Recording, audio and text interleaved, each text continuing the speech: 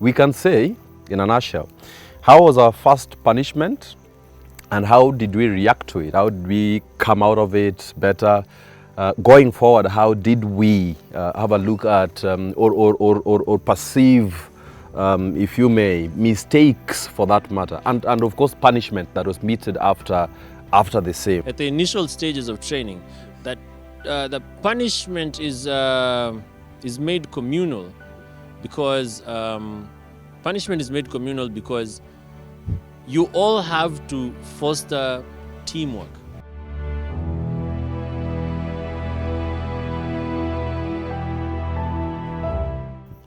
We were doing these parades, Yeah. right? We were practicing for the passing out parade. I think someone had, I don't know, he had drank something or he was sick or something the previous day. And so during the parade, it's just ongoing, and this guy starts sweating. Okay, this guy starts sweating like profusely, like really sweating, and so you know you're in the parade and you can't move, you can't make any unnecessary movements. So this guy is just dripping water, and the one thing that the RSM, the parade RSM guy, he shows up and is like, my friend, kuna toa jasho hapa. You know? And that just took me off guard because I was like, I mean, we're not supposed to sweat here. And the follow-up was even funnier because he said, Maina, ebu jaribu kusweat tena uone. And that just took me out. And I didn't know how to respond to that. I just started laughing on that, and needless to say, both of us were punished. This guy for the sweating, me for the laughing because of his sweating. And we ended up having like a really bad afternoon. It was a terrible time. Yeah, project, and everyone's gone to their rooms and stuff. But you know, I mean, oh man, we're just two guys, an entire field, just trying not to sweat, and this guy is trying not to laugh. Two guys. So I mean, we just so yeah. So there's a lot of stuff that goes on, and it's situational. You know, I would say that it's situational. Yeah. And it just happens because of anything. You could be found here with a bucket in front of fire and something would just come up from there, and it would be the funniest thing you've ever had. They have some very funny quips. So yeah, it's situational. Okay, Yes. I have this question. Like, I know how you do call them, but those who trained you, I understand they've taken you through hell. And what's your thinking about them after the training? Will you still shake hands with them? Will you still dine with them on the table after the training? Wow. Wow. After the training is absolutely harsh. Yeah. They take you to hell and back. These instructors, would you still, shake hands, be happy, it's with them, and just, treat them as normal people? Of course, those guys actually take time away from their life to make your life better. You don't see it now because it's not instant gratification or anything, but they mold you, and later on you think, oh, these guys, these guys actually took time away from staying with their families, from doing whatever they needed to do. They would have been at home watching TV or just chilling out, but instead they took their time to stay with you until 3-4 a.m. so that you could make sure that you know how to properly polish boots, you could know how to properly iron your uniform and stuff like that. And these are things that you appreciate them for life. You meet them anywhere and you're just like, this person could be considered second to your parent. They changed your entire way of thinking. They changed you. And I mean, there are two levels of instructors, yeah, for an officer cadet. And the two are, you could find that you have an NCO instructor, and the word you're looking for, by the way, is instructor. And you could have an NCO instructor, and you could have an officer who's also an instructor. And these two people give you vastly different things.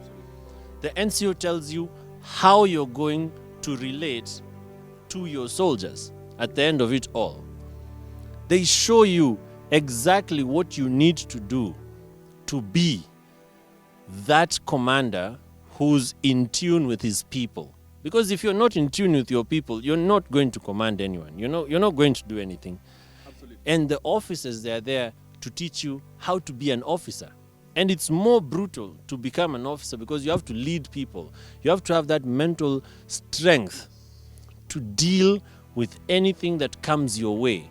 So these two groups of people, despite the fact that they teach you vastly different things, those two things come together and they create you, the perfect officer. There's no such thing as perfect, but they create that person who can constantly pursue perfection. Yes. Even in imperfect environment. Yes. Yes. Yes. I can't do it any better than you have. Mm-hmm. People, and I think the people that have problems with the trainers or the instructors, as is correctly said, that have meted quite some even malicious, undertakings for that matter, but malicious to them from their perspective, malice as we call it, are to be blamed to some extent for not being people who are forged in that hothouse of extreme character development, and to appreciate that everything that happened to them happened to make them better. And for me, it's profoundly important to point this out, that I've been faced to worse training. I've been faced to extreme trainings, even beyond cadet. Yeah. We were the guys who chose to say, even going by my progression of special expertise development, the Army Parachute Regiment was one of them, and then the Special Forces later. It's more brutal. And we had guys, like you're saying, some of the instructors were our men from, the non-commissioned officers who are doing an amazing job at training us. And in this case, you step out of cadet training, and we went into this unit. We still found non-commissioned. Now we are commissioned officers, let alone cadet. In cadet, we had the guys who spent more time with us were non-commissioned officers, and they were gentle and honorable enough. They know you are going to become an officer, and after that you are higher ranking, you having more money in your pockets, and you're going to immediately be their commander and they're saluting you. But these are the guys who are graceful enough to identify with a higher, if you may, they looked at their own undertakings as being noble enough to want to give you the best so that they make you a better person than even themselves. Nothing is nobler than that. Yeah? And so if you felt like if someone was pushing you to do extra push-ups, and you are the guy there, sat there, or if you're standing there, or we could be running there, and you're thinking, that's a bad guy, it is a wrong way of looking at things. Unless they are malicious for other reasons, but I've seen more malice in other trainings that are torturous beyond just someone shouting at you, and it develops in you. And to call attention, I think, to guys who are in my cadet class who are watching, there's one famous guy from the coast. A lot of us were asking us, like, this guy, is even married? Does he have a family? Yeah. Why is he always Why here? is he always here? Doesn't he have anything? Like, he was constantly with us. You see a cadet, and you're thinking, well, it's him again? Does he even have lunch breaks? But you can look at that from that point that you just mentioned. The dedication was beyond, and look, he spent time and effort, and he'd be rained on. When you are running in rain, when you are walking from the initial stages of cadets, basic training phase. I don't know if you guys walked from Cadet Military Academy to Lion Hill, the ranges at Lion Hill, through pipeline in Nakuru. Amazing stuff. And at one point in time, man, we were rained on, and they're there sharing in the same troubles with us. Yes. And at 3 a.m., and you're walking because you have to hit the hills at about 6, you are at the range, and the first, rounds are ringing at the firing point, okay, at the bat. Or 700, man, it's crazy. So, and this is a lesson that should go out there even to guys out here in life. Contemporary living, people are looking at excuses, and it's all very negatively looked at, especially when you're harsh. And it is known about me that I'm harsher and I'll push harder the people that I believe in. And because believing in someone takes a level of refinement in terms of character to realize that it's gonna cost them a bit of pain to push that pain barrier for them to enjoy the other life on the other end, which is full of freedom, achievement, happiness. Okay? There's a story that was told to a player, a football player that was in a team, and he'd been asking his friends, and he wanted to give up at some point in time. And he said, man, I don't know, man, he was at a point of giving up. And the only friend he had was his friend, who was not doing too well in that team, who he clearly knew would miss several penalties and would not fix someone or set someone up to score, even as well as he did. To a point where he went to the deputy coach and he told him, man, I know for certain now the coach hates me and I'm done with this. The deputy coach told him, and he gave the example. He said, man, and he is my friend. He missed, and he had the statistics at his fingertips. The deputy coach told him, the reason why the coach is, sadly, from your perspective, not from mine, looks like he's really all over you and is pretty much all over like white on rice, all over you like white, is because he thinks that you are worth bothering with. If you are worth bothering with, I know from a point of happiness deep down my heart, I'm gonna be the guy who's gonna stick with you when you are at your worst point and when you are messing up, and I'm gonna be there to make you feel the pain of growing out of that comfort zone or that cocoon so that you enjoy a life of freedom and happiness later. From the audience, maybe one more before we get to that last guy. Shout out to all instructors, both who trained me, both who trained him, and shout out to all instructors right now, because you're doing a very good job and you need to keep it up. Keep up the pressure. Yeah, that's a shout out to Byron as well, by the way, because he's one of the greatest and he pushes people to the maximum. If someone is willing to separate their time and sacrifice what private life they have, what little privacy they have in their life, to be with you and to push you to greater heights, it's your responsibility to take up that mantle. Don't think of it as malice. There's no malice there. If someone is malicious to you, you'll definitely know.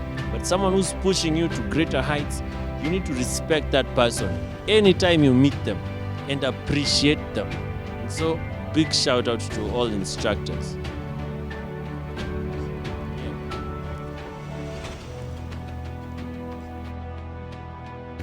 For myself, I'd wish for the general public and whoever is out there to appreciate that those that have given their lives even for a day and signed a blank check and gave it to the nation and to the commander-in-chief and said when they get hired as military practitioners or guys who are in this trade to protect the country from external aggression, it's serious business.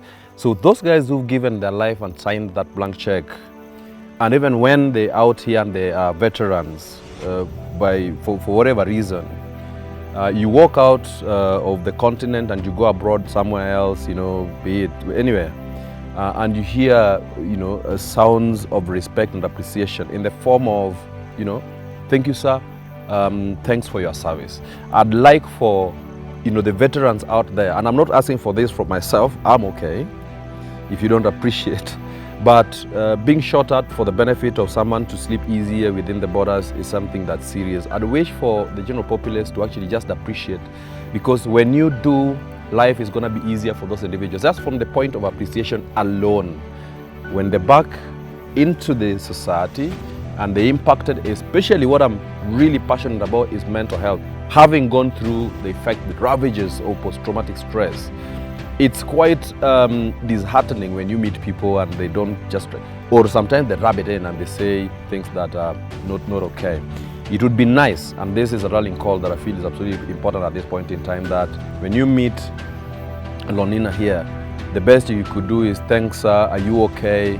Thanks for your service, because these are the individuals that have signed a blank check and given it to the nation and said, if I'm to die, then I'll die happily, because I've been there to make sure that you sleep easy and you have the freedom. Respect your veterans. They put all they have on the line for you. do it, but they do it regardless. Respect them. Just give them some sort of credit, because they are the wall that protects the country. They are the ones who are the fence. So just give respect.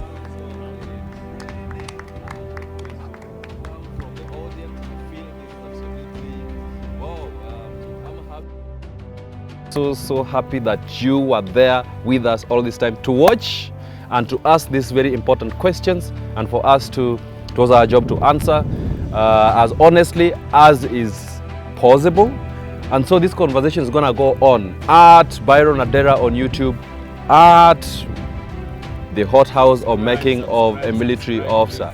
Subscribe, share, comment, bring this feedback back home, because this is where the cows are gonna come back home to, okay, the birds are gonna come back here to roost.